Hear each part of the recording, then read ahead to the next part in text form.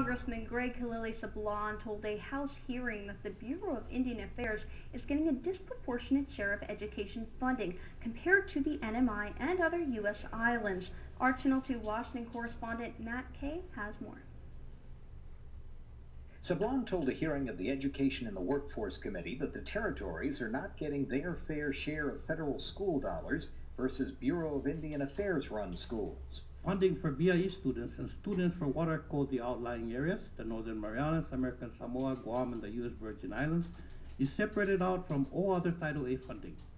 BIE and the outlying schools receive 1% of the total Title I funds, and then the Secretary of Education decides how to divide that money between BIE and the island schools. And that system has resulted in BIE students getting about twice as much as students in my district. Sablan agrees BIA schools are in bad shape, but adds when it comes to federal funds to run schools, Sablan complains students in the Commonwealth are getting the short end of the stick. Instead of basing fundings on the number of students served and on whether those students come from low-income households, the Elementary and Secondary Education Act has a set-aside.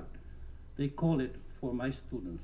And set-aside is just another way of saying separate. And separate, as the Supreme Court ruled, is not equal. Sablan pointed out the House has yet to act to reauthorize the ESEA, and the bill passed by the Education Panel recently lacks a provision Sablan sponsored to end the disparity, and that with the states. Sablan pressed Ed Chair John Klein to back his formula change that would add more than $7 million to schools in the NMI, where per-pupil spending is less than 60% of the national average.